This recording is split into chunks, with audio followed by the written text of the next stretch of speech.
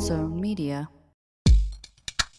I still have Japanese Kit Kat in my mouth. All right, let's just start the episode with that. Welcome to Behind the Bastards, the podcast where Garrison is the bastard by secretly revealing to us their Japanese Kit Kat habit.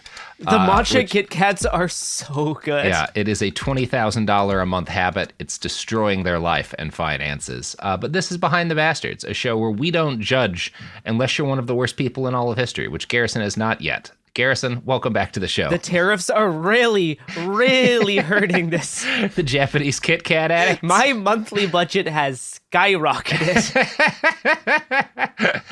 Yeah. Someone who knows something about math, please tell Garrison how to make ends meet with their $20,000 a month Kit Kat habit. That's how I feel about my obsession with Korean sunscreen. I'm like, God damn it. Oh, that makes Yeah.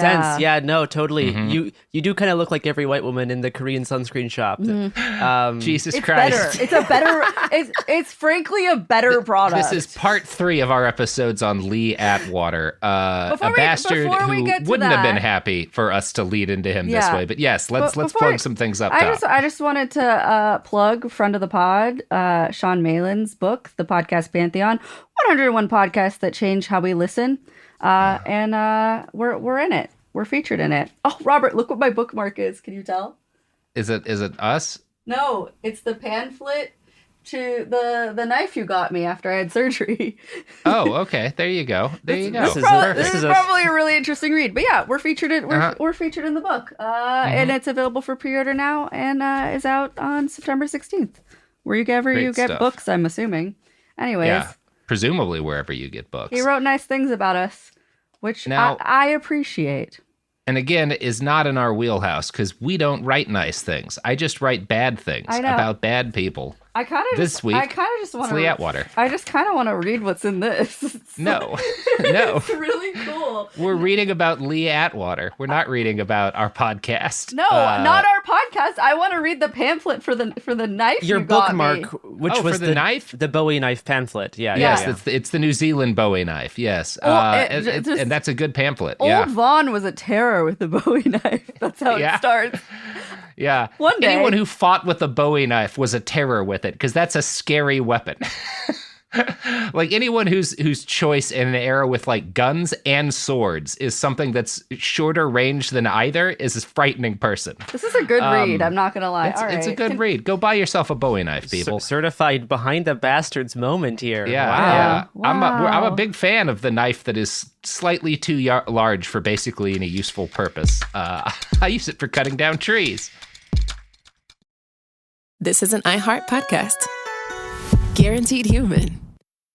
Support for the show comes from Public, the investing platform for those who take it seriously. On Public, you can build a multi-asset portfolio of stocks, bonds, options, crypto, and now generated assets, which allow you to turn any idea into an investable index with AI. It all starts with your prompt. From renewable energy companies with high free cash flow to semiconductor suppliers growing revenue over 20% year over year, you can literally type any prompt and put the AI to work. It screens thousands of stocks, builds a one-of-a-kind index, and lets you backtest it against the S&P 500. Then you can invest in a few clicks. Generated assets are like ETFs with infinite possibilities, completely customizable and based on your thesis, not someone else's. Go to public.com/podcast and earn an uncapped 1% bonus when you transfer your portfolio. That's public.com/podcast. Paid for by Public Investing. Brokerage services by Open to the Public Investing Inc. Member FINRA and SIPC. Advisory services by Public Advisors LLC, SEC registered advisor. Generated assets is an interactive analysis tool. Output is for informational purposes only and is not an investment recommendation or advice. Complete disclosures available at public.com/disclosures. Life gets messy. Spills, stains, pet accidents, and kid chaos. But with Anabay, cleaning up is easy. Our sofas are fully machine washable, inside and out, so you never have to stress about messes again. Made with liquid and stain-resistant fabrics, that means fewer stains and more peace of mind. Designed for real life, our sofas feature changeable fabric covers, allowing you to refresh your style anytime. Need flexibility? Our modular design lets you rearrange your sofa effortlessly. Perfect for cozy apartments or spacious homes. Plus, they're earth-friendly and built to last. That's why over 200,000 happy customers have made the switch. Upgrade your space today. Sofas start at just $699. Visit washablesofas.com now and bring home a sofa made for life. That's washablesofas.com. Offers are subject to change and certain restrictions may apply. There's a difference between liking a house and actually getting it. Redfin is built to make up that difference and close the gap between finding and owning the home for you. Redfin agents close twice as many deals as other agents. So when you find a home you love, you're not a step behind when it comes to making an offer. That means less watching great homes disappear and more focus on the one you'll call home. Redfin helps turn saved listings into real addresses. Get started at redfin.com. Own the dream. Do you want to find a stress-free way to buy your next car? Start at CarMax and shop your way. And if you want to browse with confidence, get pre-qualified online with no impact on your credit score and shop cars within your budget. From luxury cars to family rides, CarMax has options for almost every price range, including more than 25,000 cars priced under $25,000. So hey, want to get started? Just head to CarMax.com for details and get pre-qualified today. Want to drive? CarMax. In 1984, Lee Atwater has been brought back on the team, has been brought back on the election team to help Reagan get reelected, right? He's in the Reagan White House. He's kind of coasting off his laurels from the 1980 election for a while. In 84, he gets given his most prestigious position yet, which is assistant to the campaign manager, Ed Rollins. Talking to PBS, Rollins later claimed, "A lot of people told me he wouldn't be loyal to me and told me not to pick him," Rollins said. "I admired his work ethic." Now, whenever people tell you, don't pick this Republican strategist because he'll betray you, and you're like, but his work ethic's good, you're about to get betrayed. That's just how this story ends 100% of the time, and that's where it ends with Lee Atwater. Per that PBS piece, not long after, Rollins says, Atwater arranged what turned out to be an ambush media interview in which Rollins was accused of running a dirty tricks campaign against the Democratic vice presidential candidate, Geraldine Ferraro. "Lee had put a spear in my back," Rollins says. "It was just a 2-year effort to destroy me. He wanted to run Bush's presidential campaign." So he starts plotting this while they're working together, and it doesn't fully come out how badly he's fucked him until the election is over. But from the instant they start together, he is planning, how am I going to stab this guy in the back so that by 1988, his corpse is clear of my path and I can get the job that he's got right now. What a cool guy. He's always thinking a step ahead from at least the other Republicans, Lee Atwater is. It's always like, how may I stab you and where? Yeah. If only he had a Bowie knife. If only someone had told Ed, this guy will definitely stab you in the back. Oh, Lee Atwater, the backstabber? He's probably going to stab your back. I don't think he's going to stab my back. Not the backstabber. Then gets his back stabbed, you know? It's a tale as old as time. As old as What's he gonna do? Stab me? What's he gonna do? Stab me? Man who just got stabbed by Lee Atwater. So Reagan wins re-election, obviously. And Atwater, you don't get a lot from him during this period, so I'm going to guess he's not playing as formative a role as he is in 88, but it's easier to get a president reelected, usually, historically, than it is to get them elected the first time. Things are weird now. So after 84, Atwater's like, I've spent my time working in like politics and working under elected leaders and working for the party directly. It's time for me to go into private practice, right? In part because it's time for me to make the money, and I want to set myself up so that in 88, I'm an independent political campaign figure, and I have a better chance of getting appointed by George H.W. Bush, who everyone knows is going to be the Republican candidate, pretty much, right? Yeah. There's a little bit of fuckery that's going to have to happen to secure him the position, but people are pretty much sure. In particular, there's going to be some fuckery against Dole that Atwater's going. Bob Dole, if you remember Bob Dole, who could which you forget probably Bob don't Dole? if your knees don't hurt. He's the fruit cup guy, right? Yeah, probably. I think he's the fruit cup guy. He's the guy who The Simpsons parodied by just having him say his own name a lot. He didn't walk great because of his war injuries. He was an astronaut. Also, a Democrat by political standards today, but pretty hard Republican by the standards of his time. He ran against Clinton, too. He was pretty boring. You watch that Simpsons Halloween episode, and you get most of what you need to know about Bob Dole and Bill Clinton, to be honest. So he starts a political consulting firm for all of the lower-level candidates who had hired him periodically to conduct push polls or whatever, and that's what he's doing when he starts his independent firm. What's it called? Well, his first, I think it's like Campaign Consultants or something like that. But after the 84 election, he merges with a larger consulting firm. So he's not independent for long. And the firm that he merges with, you might have heard of. We've talked about them on the show. Guess who? You kind of guessed in the first episode, actually, Gary. Roger Stone's firm. It's Black, Manafort, and Stone. That's right. Okay. Yes. Yeah. That's Dun, dun, where dun, dun, dun, that's dun, who dun, partners with Lee Atwater's because I think they need more of a domestic angle because they're more focused on foreign dictators at this point, right? Took us and Atwater's to part 3 to get to Roger Stone, though. Also, Yeah, there's an expanding area to operate in for non-foreign dictators. Yeah. Right. Yeah, there's a chance that you could make a non-foreign dictator if you get good enough at getting people elected domestically. And that's called what a Roger growth Stone's going to be opportunity. and Manafort, right? Yeah. And Lee Atwater probably would have if he'd survived long enough. Now, Roger Stone would later say of his friend and business partner, "We both knew he believed in nothing. Above all, he was incredibly competitive. But I had the feeling that he sold his soul to the devil, and the devil took it." Roger Stone, everybody. Roger Stone. If you want a guy who, as your friend, is going to speak well of you when you're dead, Roger Stone is not that man. Not the kind of fella he is. So Lee's tactics fit in with Manafort, Black, and Stone, but his interests diverged from his partners because, again, they're more interested in becoming the go-to PR agency and campaign experts for dictators and wannabe dictators all over the world. And Atwater's pretty resolutely interested in the U.S. and U.S. elections. One of his former colleagues, Atwater's former colleagues, told the Washington Post, "Charlie Black wants to be rich. Roger Stone wants to be rich. Lee Atwater doesn't want to be rich. He wants to be master of the game." And there's a picture. You can see that's, I believe that's Manafort, that's Roger Stone in the middle, and then that's Lee Atwater on the right side of your screen in this photo from their days working together. And James Urbaniak is still still in play. Yeah, absolutely. Now, who are you going to get to play young Roger Stone?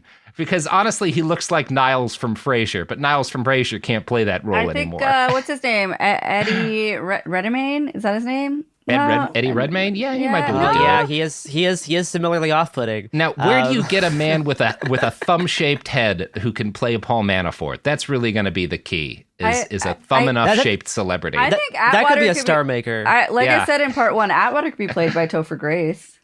Atwater could be played by Topher Grace, but I think Topher Grace is older now than Atwater ever lived to be. Yeah. Spoiler. Manafort. You know what? Come back to me. Manafort's going to be tough. Manafort. I went to high school with a couple of guys who look like Paul Manafort, but they all went and got Paul Manafort jobs. So I don't think you're going to get them into acting. This could be controversial. Maybe you tap someone like Shane Gillis. It's not hard for Shane Gillis type to play a Paul Manafort. So Lee Atwater has started working with Roger Stone and Paul Manafort and the like. And while he's doing this, shortly after he's gotten, I guess, acquired or partnered with them, in April of 1985, George H.W. Bush invites his sons and some of his close relatives to Camp David to prepare them for his 1988 presidential run. Basically, number one, he's getting ahead of things. He wants them to meet the probable team. I don't think he's locked down all of his team positions, but he knows more or less the people he wants working with him, even if he's not sure what job they're going to get. And so he wants his family, who have always been a big part of his political campaigns, to meet the people who are going to be running his 88 campaign. And one of the people he assembles and has come to Camp David for this 1985 meeting is 34-year-old Lee Atwater. Who's already proven to be a seasoned partier. Yes, a solid party, and you really, especially given how close he and W become. What kind of shit did you guys get up to at Camp David together? Like, what were you? I think this is during Bush's sober period, kinda, but I don't know. I feel like Bush and Lee Atwater probably did coke together. That's my Lee Atwater headcanon. So Lee's double cross of Rawlins had worked, though, right? Because a year earlier, Rawlins had been a shoo-in for the job, and Bush actually hadn't trusted Atwater at first, which is, again, usually a good instinct. And his sons particularly disliked Lee, right? Jeb has gone on to say that, like, initially we saw him as more self-interested and interested in burning his own reputation than in helping our dad, and we were worried that, it's really damning that Jeb is calling someone self-interested. Only for a little while, because their worry was that, like, well, these dirty tricks of his, maybe they'll work, but they'll ruin our father's reputation, his spotless moral record as former director of the CIA. The Bush family reputation. Yes, is of great after importance. Iran-Contra, the Bush family, spotless. Wow.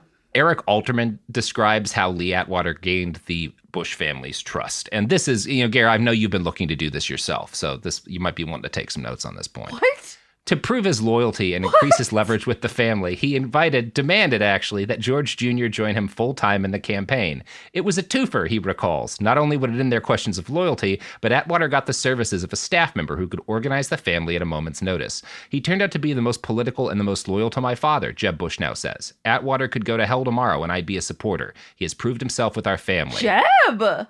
Exclamation point. And W will say basically that, like, this is a lot of where he starts learning politics. It is from this period when Atwater takes him under his wing. He's working directly for Lee, helping to get H.W. Bush elected. Like, this is a lot of W's introduction to politics. And again, Atwater has already gotten Karl Rove started in his career. He's going to be Bush's campaign manager. So even though he's not going to live to see the Bush era, he's often given credit as an architect of the Bush era. And he really does deserve that. Do you think? I wonder how much of that influences also like Bush's decision to go full Cheney. Right. Sure. Yeah, do you I think, need an evil mastermind at my side. Exactly. My question is, do you think if Lee survived longer, that Jeb exclamation point would have, No, because at that point, Lee would never, I think, hook his horse onto someone that much of a loser when you have like a clear like con man and winner in the game. Like, why? There's two, and we'll talk about this at the end. There's two possibilities for how Lee Atwater would have handled the rise of Trump. One would have been, I think he would have gone hard never Trumper, if for nothing else than like, well, I'm kind of old and tired now, and there's money in doing this, and maybe I don't really care. As like, I know I can't win, but I know I can grift off this, and that's good enough. Or I think if he had stayed in like politics shape as he was kind of at the peak of his career, I think he would have seen Trump coming and gotten in bed with him. But it's one of those two things, and we'll talk at the end again about what we think is likelier for old Lee Atwater had he lived to see this. But he takes W under his wing and trains him up. And it's during this 1988 election that Lee would reach the peak of his career, possibly the peak of the damage he'd caused to society. But before I get to this, we need to pull back again and talk about how the justice system in this country used to work, right? Because this is integral to how Lee does what he does and the damage that he causes doing it. Oh boy, really excited for this. Yeah, we don't talk about this a lot, but by 1988, all 50 states had furlough programs for inmates, which allowed people who were incarcerated and still serving time to earn passes to leave prison for differing, like, periods, right? At the most basic level, maybe, like, you've got a funeral or a wedding, and you can get, like, an afternoon pass to attend it. But some people got passes that were kind of similar to work release programs. Some people got to spend weeks at a time out with their families, and they'd go back in for a while. It was often seen as like a transition thing with like, okay, this person has sort of proved themselves inside. Let's see if they can handle limited amounts of time free before we start talking about like a commutation or about parole, depending on the kind of conviction that they've got, right? And about 10% of all prisoners in the U.S. received some sort of furlough in 1987. Per an article for the Marshall Project by Beth Schwartzapfel and Bill Keller, nationally, murderers served an average of 8 years before they were paroled or commuted. So furloughs were, in the toolkit of a previous generation, an uncontroversial proposition. They offered incentives for good behavior behind bars and a good way for inmates to reacclimate to the life they would almost certainly return to outside of prison. Use of furloughs for prisoners in the U.S. is widespread, successful, and relatively problem-free, the editor of a magazine for corrections professionals told the New York Times in 1988. So again, I have to really emphasize this is not at all a political thing. In fact, under Governor Ronald Reagan, California had one of the most generous furlough programs in the country. As stated, the program was really helpful to many inmates, but given the sheer number of people involved, there were always cases of it going wrong. And while Reagan was governor, 2 prisoners were furloughed by his justice system and went on to commit murder. This happened 2 separate times. And there were criticisms of the program and of Reagan for allowing it during this period of time. And after the first murder, he responded to these criticisms by saying more than 20,000 people had these passes, and this is the only murder, ending with, obviously you can't be perfect. Which is a kind of reasonable, you just cannot have conversations like this about the justice system today. No, it's just like so, having something like this now would be like outrageously progressive. Like, yeah, but like, look, at 2 out of 20,000 ain't bad, like that's just life. like the current like crime crackdown that is like sweeping the nation with National Guard deployments everywhere. It's like while crime's at an all-time low. Yeah. It's so opposite towards this logic, and having like a Republican Party use this logic to justify a furlough program is so alien to the current understanding of politics.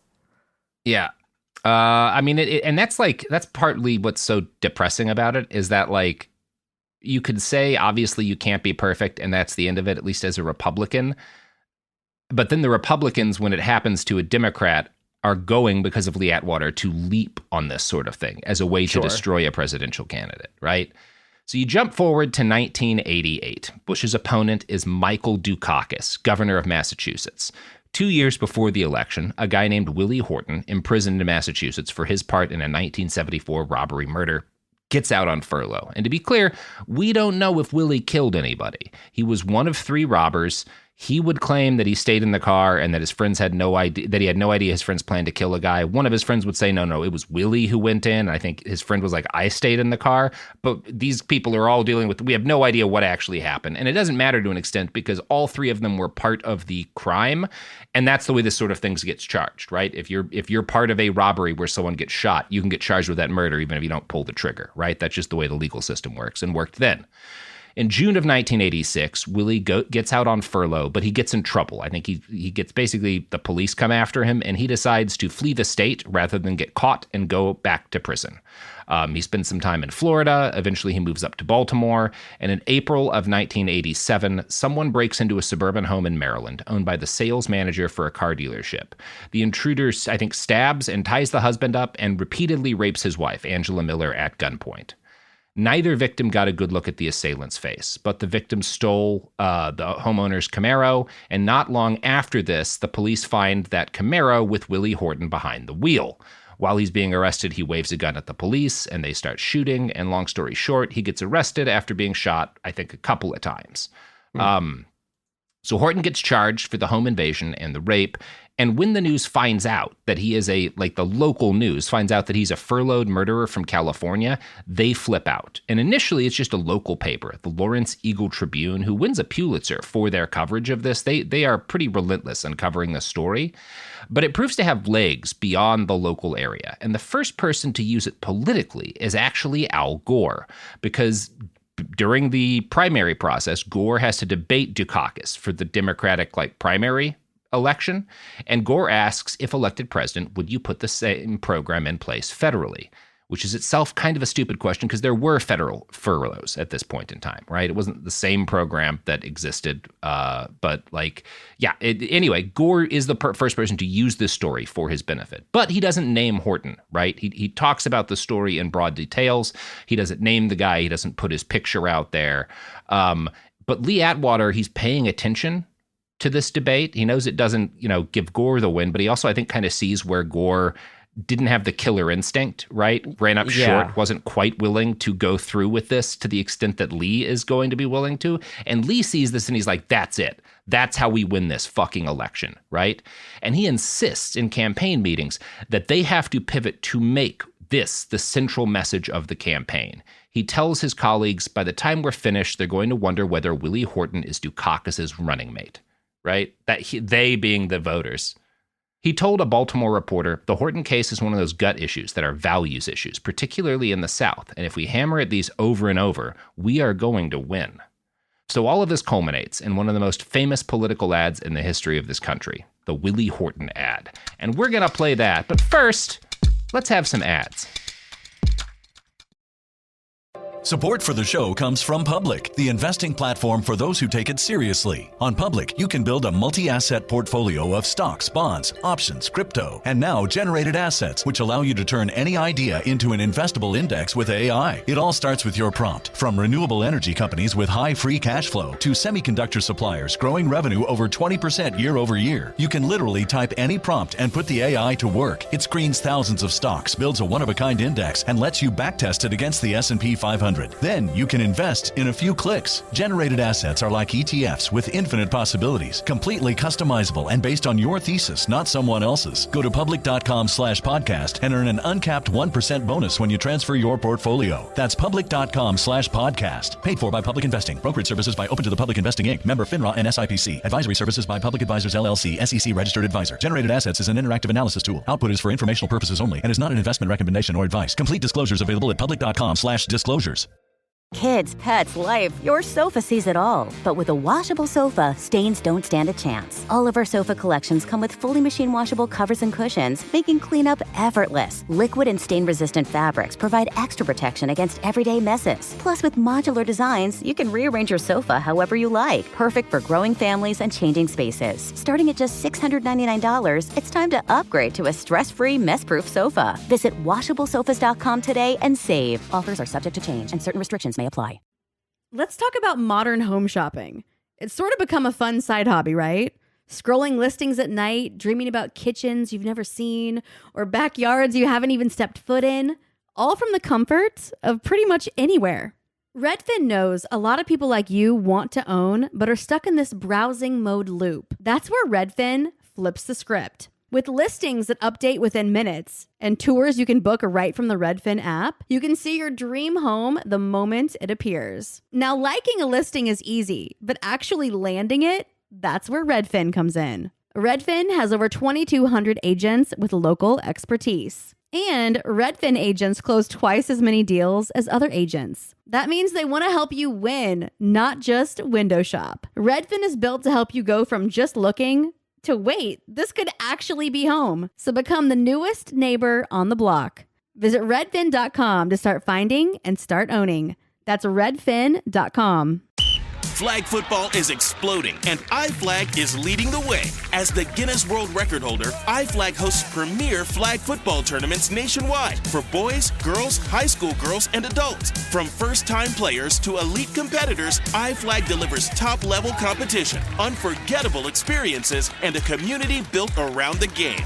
Ready to be part of it? Join the movement. Find your tournament and learn more at iflag.org. That's iflag.org. And we're back. So the Willie Horton ad is, to this day, one of the most famous and probably one of the most successful political ads ever run. I'm just going to play it. If you can watch it in the YouTube or just go watch it separately, you could Google the Willie Horton ad or type that into YouTube. You'll find it. But we'll put hearing it in it, you'll get most of well. it. We'll describe what's going on, but you're going to see a lot of a very scary picture of Willie Horton right after he got arrested with a couple of gunshot injuries. A picture that Willie Horton today is like, yeah, it's a scary-ass picture of me. Bush and Dukakis on crime. Bush supports the death penalty for first-degree murderers. Dukakis not only opposes the death penalty, he allowed first-degree murderers to have weekend passes from prison. One was Willie Horton, who murdered a boy in a robbery, stabbing him 19 times. Despite a life sentence, Horton received 10 weekend passes from prison. Horton fled, kidnapped a young couple, stabbing the man and repeatedly raping his girlfriend. Weekend prison passes. Dukakis on crime. And the scary photo is the second one they show of him where he's being like led in by a cop who he's easily looks, I think because of forced perspective, like 2 feet taller than. He's just been shot and he looks like a guy who walked away from multiple gunshot wounds, you know? Like it's this, I'm going to like inundate the airwaves with this ad, these pictures of a guy during like the worst point in his life. And also these pictures of a guy who I can kind of, it's this Southern strategy thing, right? Where I can throw all of our audience's fears of crime and their fears of black people and mix them together. And like Dukakis is voting to let specifically black murderers out. Well, they will specifically target white women, right? That's the message of the ad. This is the same like logic used in the last election, but with immigrants. Like you look at the way that they talked about like the Laken Riley Act and showed mugshots of alleged Venezuelan gang members during these big press conferences. And yeah, it's attacking the same fears, like the Biden administration or whatever is releasing these violent immigrants into our country. Yep. Yep. And that's, the Willie Horton ad gets a huge amount of credit. And this is a thing where this election had looked a lot different. In the summer of 1988, which is, right before the conventions, which used to matter more, the fact that you were locking in, people during that used to matter more. But by the summer of 88, Dukakis is ahead by more than 17 points. And Bush's people are kind of braced for a disaster. And the future president's chief of staff, Mary Madeline, recalls, quote, Lee held us together with pep talks, history lessons, and weird statistics. And a lot of those statistics had to do with how he thought white people were going to react to this story, this Willie Horton story, right? And this does help turn things around. Now, it's not his only dirty trick in the Dukakis campaign. He is fucking so cruel to Dukakis. He starts a rumor that Dukakis had, because it had worked for him well in the past, basically been close to being institutionalized for depression over the fact that, Dukakis, the Washington Times published an article that Atwater laundered that he had received treatment for depression at one point. And this was a fairly minor thing, but again, Atwater has it blown up. He makes sure this article gets a lot of play. And it extends to the point where, a reporter asks Reagan, and again, there's, did Dukakis plant the question with the reporter? Did he just plant the article? But this reporter asks Reagan, should Dukakis release his medical records? And the President Reagan says, look, I'm not going to pick on an invalid, which is almost the same response Atwater had given to the about the electroshock treatment. He's doing the same thing again, right? You see how it's not a limitless playbook, although playing the hits also works, right? And yeah, journalists are asking Dukakis, are you going to, have you seen a psychiatrist? And if he'd admitted that he had, that also would have been seen by a sizable number of people as disqualifying, right? We can't have a president who's ever gone to therapy. I think we've seen where that takes us as a culture. And yeah, this is there's a lot of negative statements about Dukakis's wife too, as a result of, I think, some of her mental health treatment and whatnot. And he kind of goes after Kitty Dukakis as well. And yeah, it's there's a lot of grossness around this election. And a significant chunk of it is centered around Atwater. His whole attitude is, I'm not going to pull any punches, and I will, in fact, invent some punches if that's what it takes to kick a guy when he's down as much as it's possible, right? And yeah, I mean, the end of the story is Bush wins. Bush beats Dukakis. Now, there's also Dukakis rides around in a tank and doesn't look great in the tank. There's a very silly video, the helmet looks a little too big on his head. But that's paired with, the reason people saw it is it's paired by an ad that Atwater helps to orchestrate, where people are talking about all that Dukakis had done to trim defense budget and to stop spending and basically to disarm America during the height of our conflict with the USSR. And Dukakis was a governor.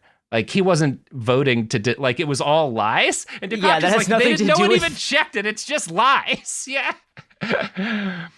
But again, the truth doesn't matter, right? What matters is you get this shit in people's ears, and that does all of the damage you need it to do, right? And that's what Lee Atwater knows, and that's kind of his major contribution to Republican politics, and specifically to Republican electoral victories, is he is the guy. He gets credited with getting Bush Sr. elected, and because of when he dies, his death will be blamed on Bush Sr. failing to get reelected. Bush Sr. denies this, but I don't know if he's the best source on things that got him elected and didn't get him elected, given his record. So this is the peak of his life and the peak of his success, right? Things turn around rapidly for him after this. Obviously, the Willie Horton ad in particular gives Atwater a reputation for being a racist. And this is one of the few things that really seems to bug him, right? Because he would always bring up the fact that he visited James Brown in prison, the fact that he played with he cuts an album. One of the people he cuts an album with is Isaac Hayes. He cuts this R&B blues album and whatnot that's has Isaac Hayes on a couple of tracks, and there's a very funny review of it. One sec, let me pull it up. I should have had this. I'm excited to hear this. We can try to get a track together for the end here. But yeah, so the album was recorded in 1989. Get one guess as to the title, Garrison. Oh my God. Because Lee Atwater cuts this. His goal was to bring a wider audience the sounds of the 1960s, right? So he gets some all-time great rhythm and blues singers. There's Isaac Hayes, Chuck Jackson, B.B. King, the Memphis Horns, Sam Moore, Arletta Nightingale. Like some heavy hitters on there. And then Lee Atwater featured first. The critical reception was not entirely bad. The Los Angeles Times called Atwater not any better than a singer in an average bar band, but he is more convincing than other such pop celebrity figures such as the Blues Brothers or Bruce Willis, which I think is an insult to the Blues Brothers. Let's stop right there. But fair enough when we're talking about Bruce Willis and his period of time in music. Look, he's no William Shatner, okay? He does not have Shatner's instincts. No.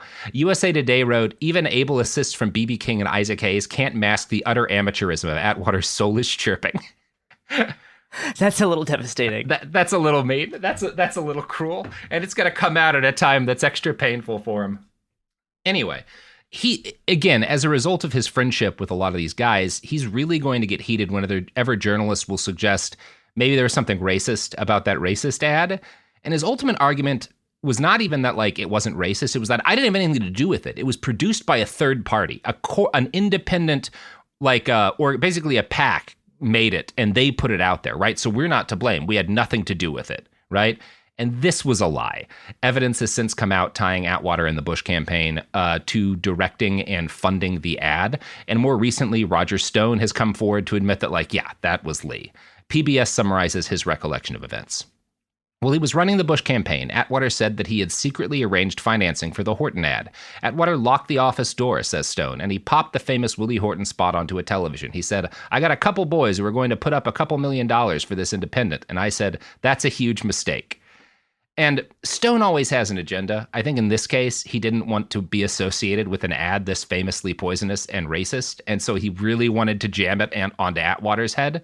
But there's independent people who will make the same claim that, yes, this was funded, as this kind of shit often is, by the campaign. They just wanted plausible deniability, right? Everyone who's anyone knows it was Atwater. He gets the next big, because of not just the Willie Horton ad, but his altogether successful role helping to get Bush Sr. elected, he gets appointed head of the RNC immediately after the 88 election. That's his next job. Yes. He was cutting that album while the head of the RNC. Yes, Garrison. To the head of the RNC. He is the head of the RNC when he records with Isaac Hayes. So this is the peak of Atwater's career, and while his only you can't get higher than that. Seems like right? everything he wants out of life in a way. He has, and life is just about done for him. And I should say here before we get further into his life, while his only lingering interest in the Willie Horton ad was separating himself from it, right, after it had done what he needed it to do for Bush's campaign, the repercussions for our criminal justice system continue on to this day. During the election, Governor Dukakis froze and then banned furloughs for people with life sentences. This was in 1988. And the Marshall Project describes how chaotic this is at the time. Inmates and staff in Massachusetts prisons at the time describe how dozens of lifers who had moved over the course of years from maximum to medium to minimum, even to work release programs, were gathered up in the middle of the night and brought back to more secure facilities. They went out at midnight and scooped up all these lifers to get them back behind the walls in case any of them had any mind to take off, said Greg Dyachenko, who had recently begun serving a life sentence in Massachusetts at that time. Some of these lifers were out there for many, many years, these first-degreeers, hoping for commutation, getting furloughs and everything. Those guys kept their hopes up, even after all that the political climate would die out and they would eventually work their way out. We were told it would just be a short while, maybe a year or two, before the political climate changed and guys would get back out.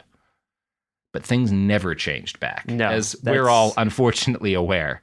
State after state, in the wake of the Willie Horton ad, began restricting parole and eliminating work releases, commutations, furloughs, and conjugal visits. This marked the start of the Republican Party's embrace of just build more prisons as the solution to every crime-related problem. But Democrats got in on the action, too. When stumping for his crime bill, Joe Biden described his objective as to lock Willie Horton up in jail. And Joe, Willie Horton was already locked up. From then on, it was known that any attempt to make life easier for prisoners or provide chances for clemency, especially as a member of as an elected leader, as an executive, right? If you're a governor or something, if you show mercy on a prison, all it takes is one of the thousands of people you might provide clemency to commit a crime, and that's your career. Right? That can that's ruin the your political lessons career. the lesson they take, right? It's great. Now, would something like this have happened, like the Willie Horton ad have happened later if it weren't for Lee Atwater? Probably. But it happened maybe. when it did and how it did because of him, right? Well, yeah, and it reflects the type of stuff that he's talking about after like the Nixon campaign, right? And continuation of the Southern strategy. Yeah, all of this is the Willie Horton ad is another way of just not saying the N-word in campaign ads when you really want to. So 1989, Lee's recording a real album. He's on top of the world. He's running the RNC. Eric Alterman spent time with him in April to write that New York Times article that we've quoted from. And the article describes his dirty tricks in detail, but also lingers on how cool Atwater seems to this journalist. Here's how it opens. It's 2 a.m. on a sultry Saturday in Columbia, South Carolina. Sultry. Does the Republican Party know where its chairman is? Harvey Lee Atwater, hometown boy, is on stage at Bullwinkle's, a smoky dive with 2 pool tables, dollar beers, and the raunchy long-haired Mojo Blues Band shaking the rafters. The overflow crowd is packed against the wall, forcing overdressed Republican gentry to rub elbows with the Bullwinkle regulars. Atwater has changed out of his blue blazer and tie into a late-night T-shirt that David Letterman gave him. His guitar was a gift from Ron Wood of the Rolling Stones, a souvenir of Atwater's Gala Blues celebration at a presidential inaugural ball. Drinking beer straight from the pitcher, sweat pouring down his face, Atwater apologizes for going home so early, but the St. Patrick's Day parade is just 7 hours away, and he is the Grand Marshal. His final number is a repeat of his opener, Eddie Taylor's Bad Boy. I'm bad, cries the man who masterminded George Bush's 1988 presidential campaign. I'm the worst you ever had. It's the drinking straight from the pitcher for me. Oh, man. This ain't your grandpa's Republican This ain't Party. your grandpa's Republican Party. They're cool now. They want to be cool so bad. It's so funny. It's so funny. It's literally the only thing denied to them. It's such this like psychosexual drive for conservatives to be the real rebels, for them to be like the actual cool kids, and they will move mountains. Yeah, and it's because to try to achieve this cool kid status. The ones who are smart and influential are together enough to like have interests outside of politics and to know vaguely that like what I'm doing is really uncool and fucked up. I wonder if I could just sort of punish everyone into pretending that's not true, you know? Yeah. And then they'd have to treat me like I'm a good musician and not write mean things about how Isaac Hayes' voice is better than mine. So even that soon after the 88 election, Lee's tactics were being adopted by campaign managers across the political spectrum. Patricia Schroeder, a Democratic congresswoman, told The Times, the real problem with Lee Atwater is that his tactics are contagious. And in his article, Alterman adds, indeed, the question Democrats around the country are asking themselves is, can you beat Lee Atwater unless you join him? And, you know, the answer is no, but also they never quite figure it out, do they? They're always bad at it. Yeah. Yeah, we're still here. We're still here. We're still here. Still getting dunked on by the guy doing shots at Bullwinkles. Maybe we can just copy the Republican strategy over and over and over again. Yeah, after they've already done it. Maybe it's going to finally work. Yeah, maybe being exactly like the Republicans will take the Democrats where they want to be one of these days. The thing they never learn is like what you should learn from the Republicans is that it's okay to be a dick to your enemies. You don't have to treat them respectfully just because you're running against them and you watch The West Wing, right? You don't have to, for example, lie about their wives. But Aaron Sorkin and his consequences have been a disaster for U.S. politics. So Lee's tactics live on. He does not. On March 5th, 1991, Atwater collapsed at a fundraiser for a Republican senator. And there's a very funny story in the documentary Boogeyman that covers Lee Atwater, where Ed Rollins, who worked several floors above him, when Lee starts having seizures, his aides go get Ed Rollins because Atwater's like, you're the only guy I trust. They're gonna kill me otherwise, and I don't know who they are. Is it the Democrats? Is it other nefarious people? But like Ed is like, I thought, you know, we'd really reached a point of like rapprochement because he was like, I'm sorry for like fucking you over and all the bad shit I did. You're the only one I trust. And Lee, like Rollins will be like, Lee said that I was his rock basically during this period. And I found interviews with like a major figure at the DNC saying the same things about Lee, that like after Lee got sick, he reached out to them and was like, I now, like, we're friends now, even though, like, I can respect this person. I was never able to do that before I got sick, but now I can respect this person who I disagree with. They've become my rock. And it's just, I think Lee just lied a lot about how much support he was getting because he wanted other people to talk well about him after he died. I think that's most of what this is. That's really bizarre. Yeah, and that's kind of what Rollins concludes. We'll talk about that in a little bit, but like, yeah, he collapses at this fundraiser, gets taken to the hospital. Doctors find out he's got a brain tumor shortly thereafter. The New York Times wrote, quote, "After the tumor was diagnosed, Mr. Atwater assigned friends and aides to research all aspects of the disease to help decide on the best course of treatment.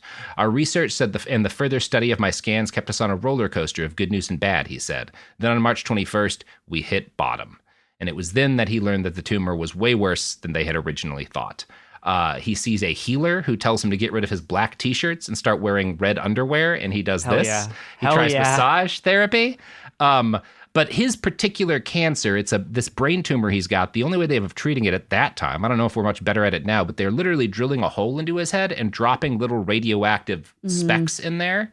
So he has to like sleep in a lead-lined room in his own house, and it swells his head up. Like he's too embarrassed to be seen in public because his like head gets massively swollen. Like he looks like he's dying horribly, right? Like this is a really terrible death that he dies.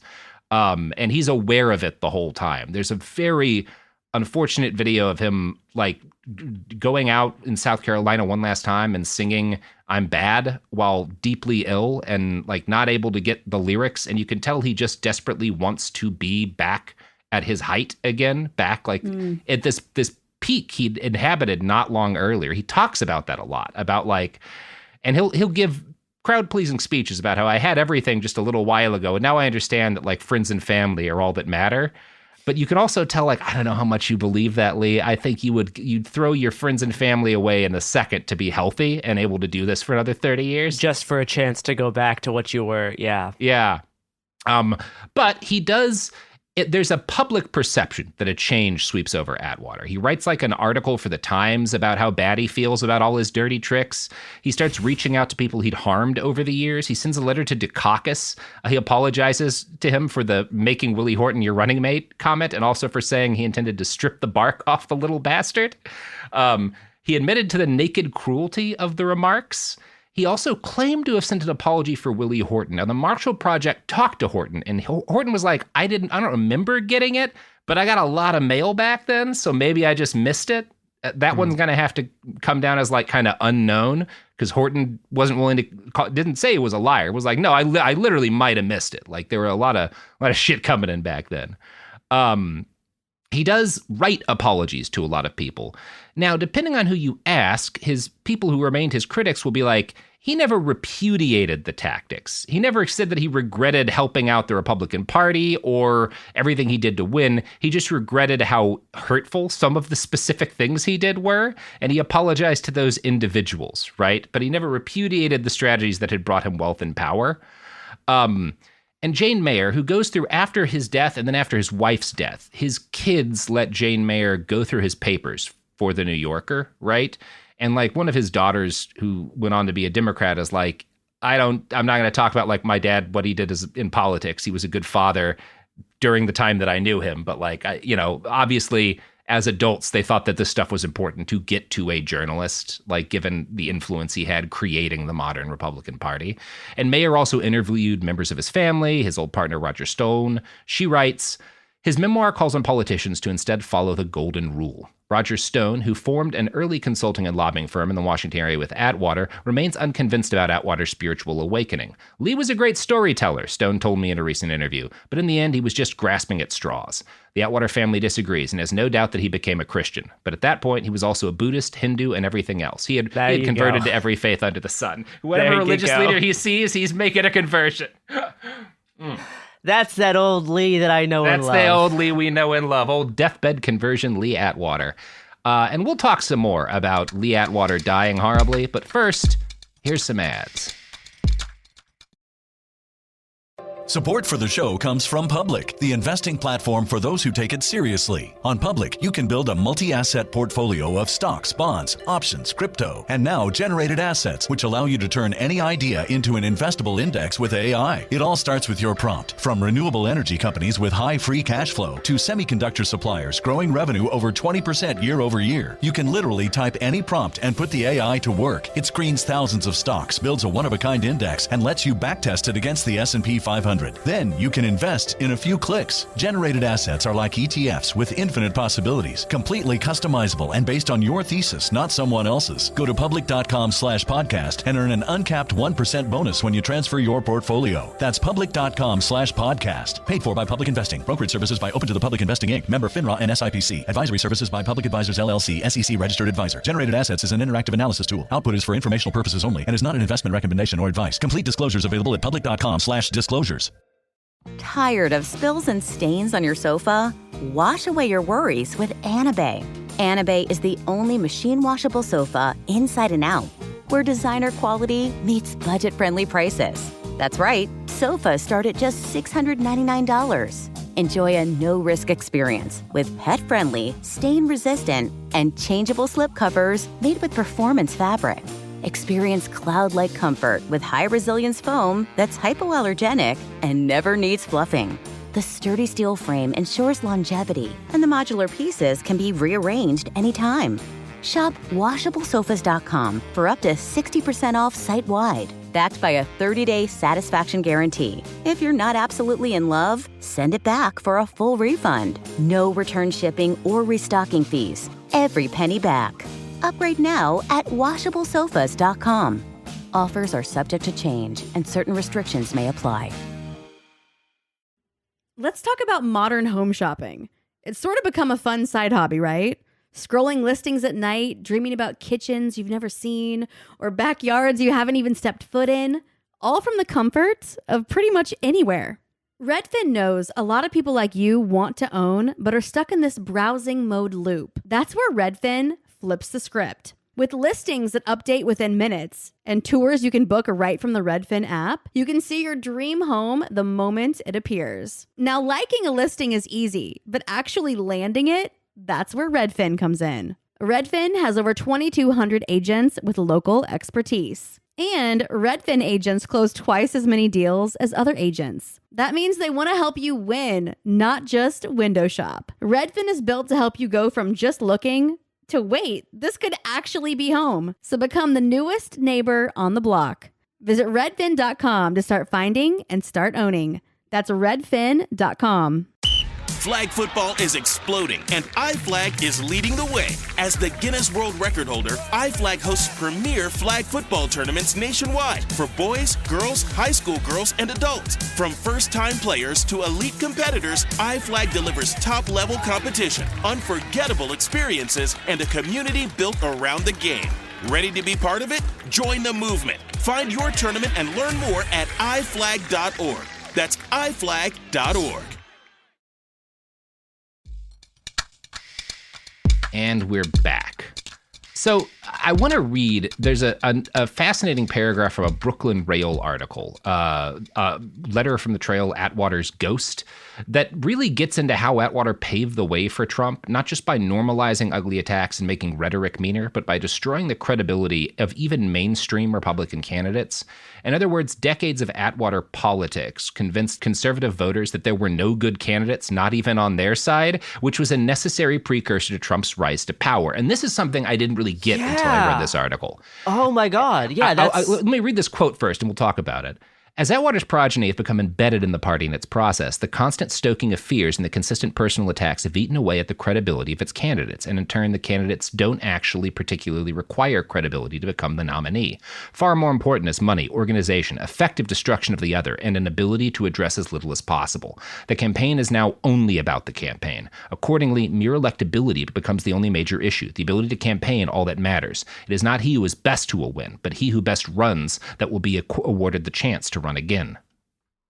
It's so much of it is like disregarding, like accepting that each candidate as like a person obviously is going to be terrible, and it's just about this theatrical process. Right. And who is best able to withstand it and endure it and what, which is not ever going to be someone who's a good person anywhere close. Not that that's who was getting elected before, but man, are you going to be worse, right? And there's one story from that Boogeyman documentary that I find really funny about Lee near the end, which is they talk to one of his like many R&B singer friends, like one of these guys who's like a legitimate, like actual legend within the field, Chuck Jackson, who like he played with from time to time and who thought himself a friend of Lee's. And Chuck was like, when he got sick, I gave him a Bible. And he told me, that this really helped. This was like the one thing that helped get me through it. Was like, coming back to finding my faith and, thank you. You played a big role in that, giving me this Bible. It meant everything to me. And the documentary then cuts to Ed Rollins being like, well, I was talking to a friend after they cleaned this stuff out of his office and she found the Bible and it was still wrapped in cellophane. And he was like, Hell and that yeah. was Lee. That was Lee. That rules. That rules so hard. Every time. And like he dies at fucking 40, right? At March 29th, 1991, after a year-long fight against a brain tumor. He is 40 years old. Oh, man, he probably never even got to see Wild at Heart. Never got to see Wild at Heart. He did get nominated for a Grammy that he does not get for this terrible album of his. He gets which is listed as like one of the only things he wanted out of life that he hadn't gotten is a Grammy. But at least he got nominated before he died. He's buried in his jogging suit and holding his Red Hot and Blue album. So grave robbers. Grammy nominee Lee Atwater, better known for his other work. Better known for his other work, destroying the country, helping to, right? God, it's so funny. He's such a fantastic piece of shit. There's a really good quote. I also like that Brooklyn Rail article, how it describes his end, like his last months of life. So I'm going to read that really quickly as we close out. Telling a friend that it's all bullshit. The truth has nothing to do with it. Atwater talked with regret of his actions, seemingly fearful of that which he was leaving behind. Whether the repentance was genuine or just a calculated attempt to gain passage to a peaceful afterlife will never be discovered.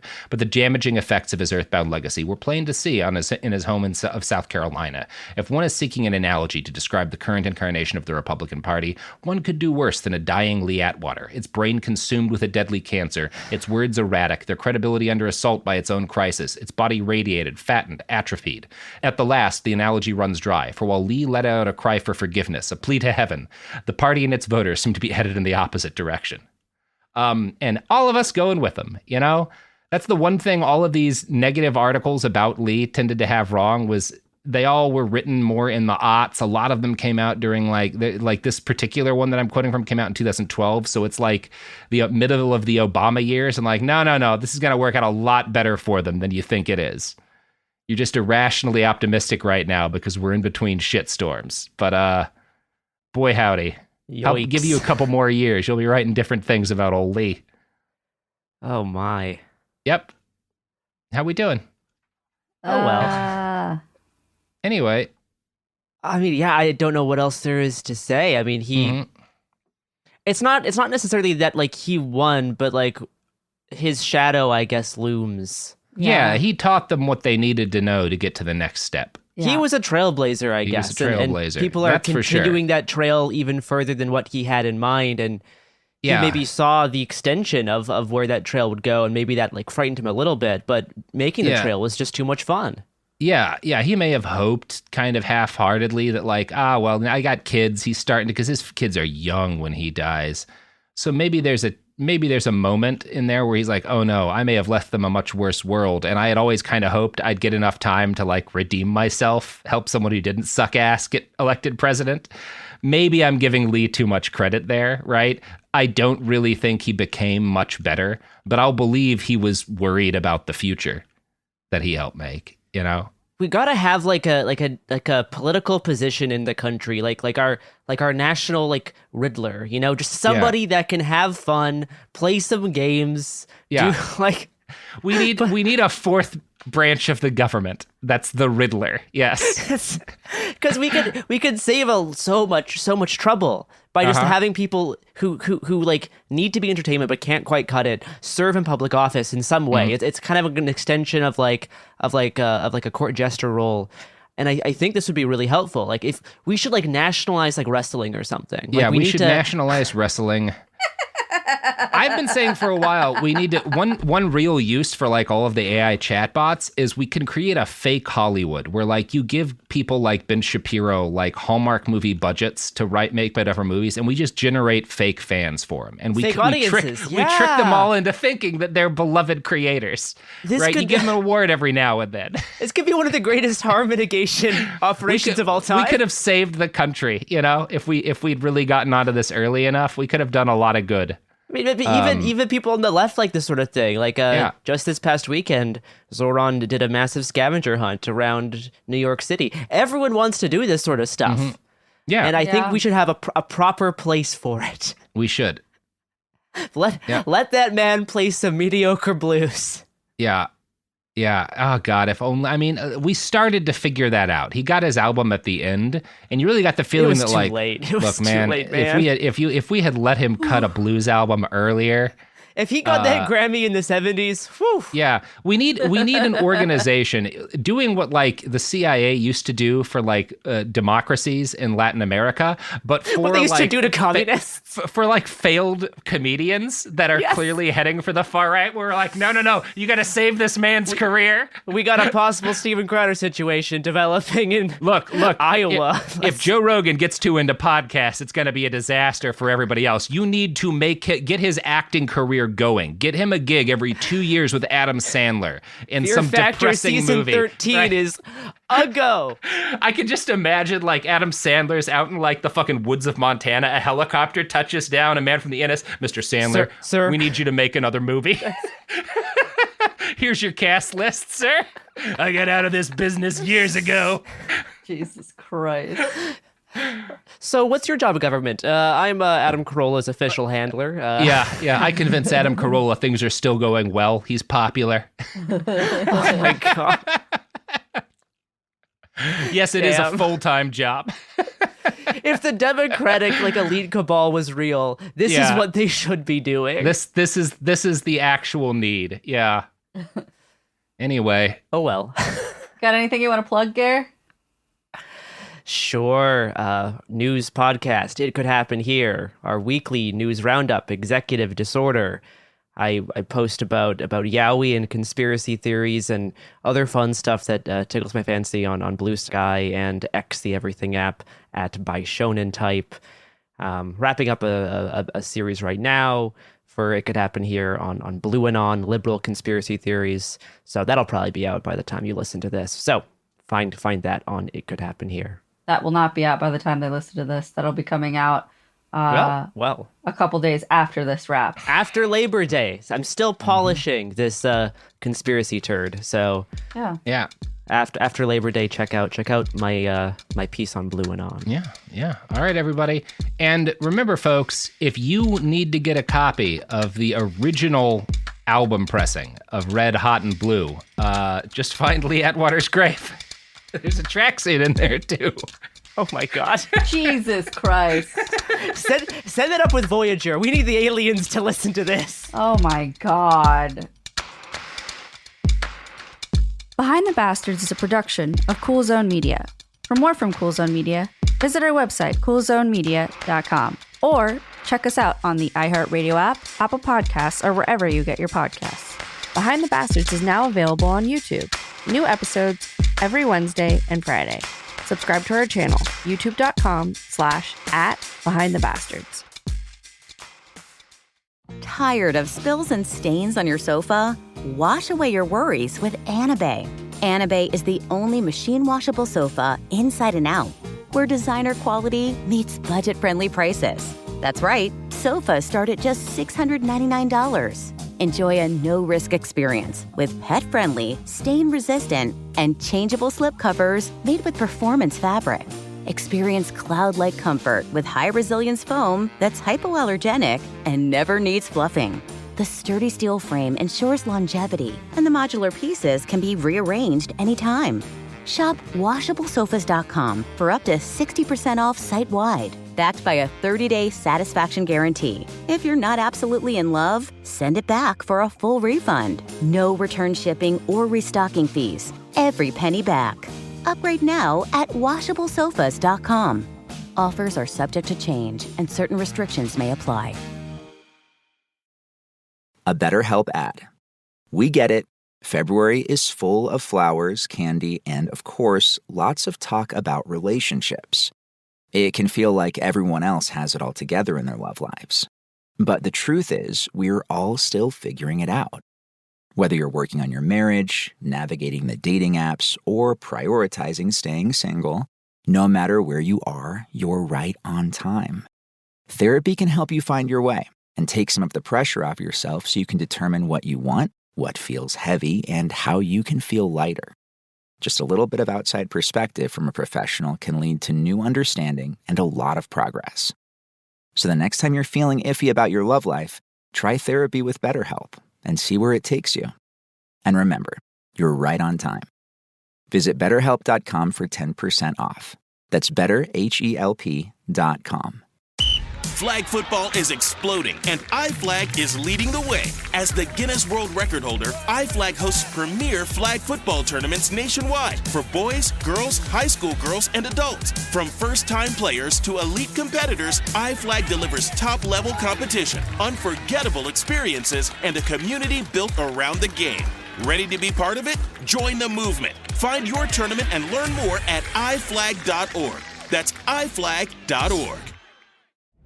This is Radhi Devlukia from A Really Good Cry. I absolutely love getting outside, whether it's a quick walk or a mindful few steps between meetings, or even a longer run to just clear my head. But the one thing that can really ruin that for me is shoes that just don't feel right. That's why I started wearing Ultra running. With the Ultra Fit, every step feels comfortable, balanced, and strong, like my feet can finally move freely. What really stood out to me was the roomy toe box. My toes actually now have room to spread out, which makes movement feel more natural and comfortable. And when your feet aren't cramped, you feel more balanced, like every step has a strong, stable foundation.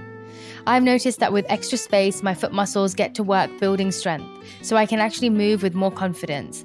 Ultra fits and moves with you no matter your pace or your goals. Beginner or marathon runner, they've really become my go-to for any kind of running or training, and I always feel like my feet can do exactly what they're meant to do. Feel the difference by visiting ultrarunning.com and use my code CRY10 for 10% off. That's ultra, ALTRA, running.com. Experience Ultra and stay out there. This is an iHeart podcast. Guaranteed human.